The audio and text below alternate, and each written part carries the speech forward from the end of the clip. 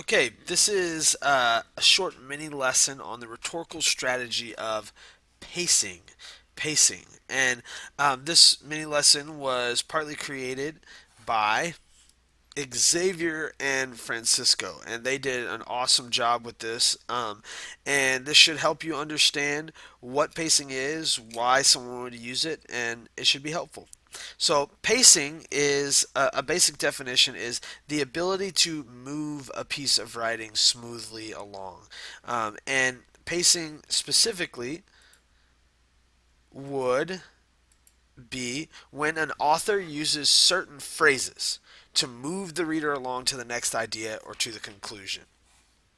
The key here to understanding pacing is not just when a piece of writing changes or moves, but it's are certain phrases to move the reader along.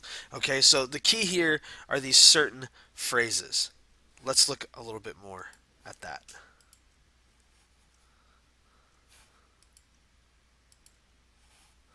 Another way of saying this is the movement of a piece from one point to another and another and etc. And that is used with certain phrases. So, why does an author use this? An author uses pacing to help the reader move smoothly from one idea to the next, even if the ideas aren't naturally connected. It makes you feel like they're connected more when an author uses these pacing phrases.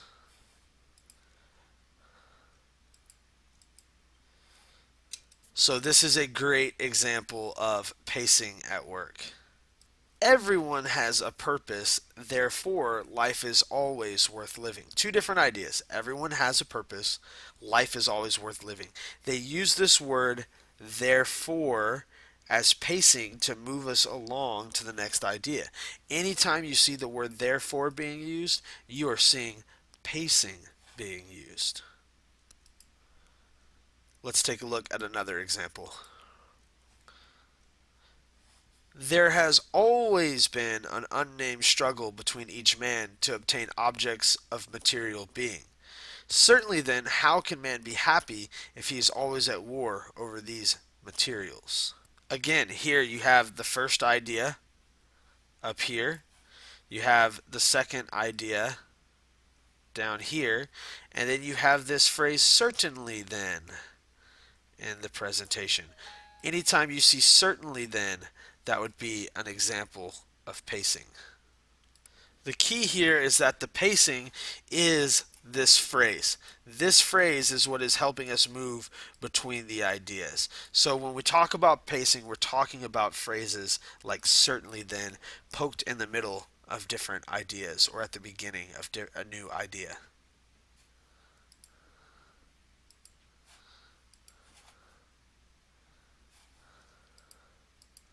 Let's look at another example.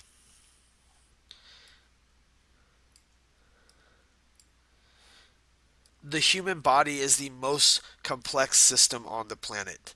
In knowing this, a multitude of factors must be considered before medical application. All right, you have one idea, you have a second idea, and in between them, you have this phrase, in knowing this. Again, that phrase, in knowing this, is pacing to help move the reader along. The slight nudge for the reader to know that this is connected, right?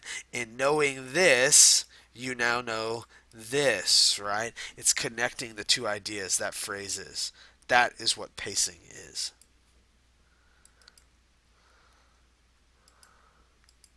Let's look at another example.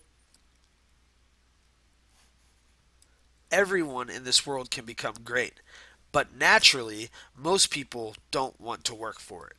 You've got idea number one here, right? You've got idea number two down here. And then in between the two ideas, you have this phrase, but naturally. And there's your pacing nudge, right? But naturally that moves us along from this idea to this idea. But naturally, that is an example of pacing.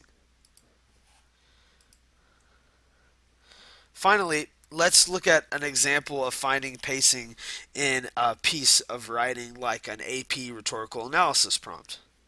Remember, again, you're looking for little words or phrases that are helping to move the audience along from one idea to another.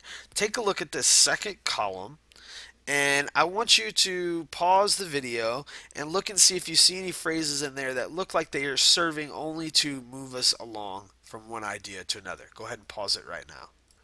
Hopefully, you noticed this word here, ultimately. Ultimately would be an example of pacing here. All right, it's moving us from one idea up here to another idea down here. And that simple use of the word ultimately is meant to help the audience along, to move them along. Ultimately is a pacing word. That is how you spot pacing in another piece of writing.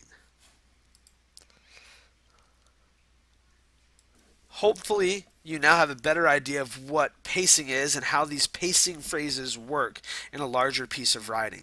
And you'll be able to spot them when they're being used and write about them intelligently.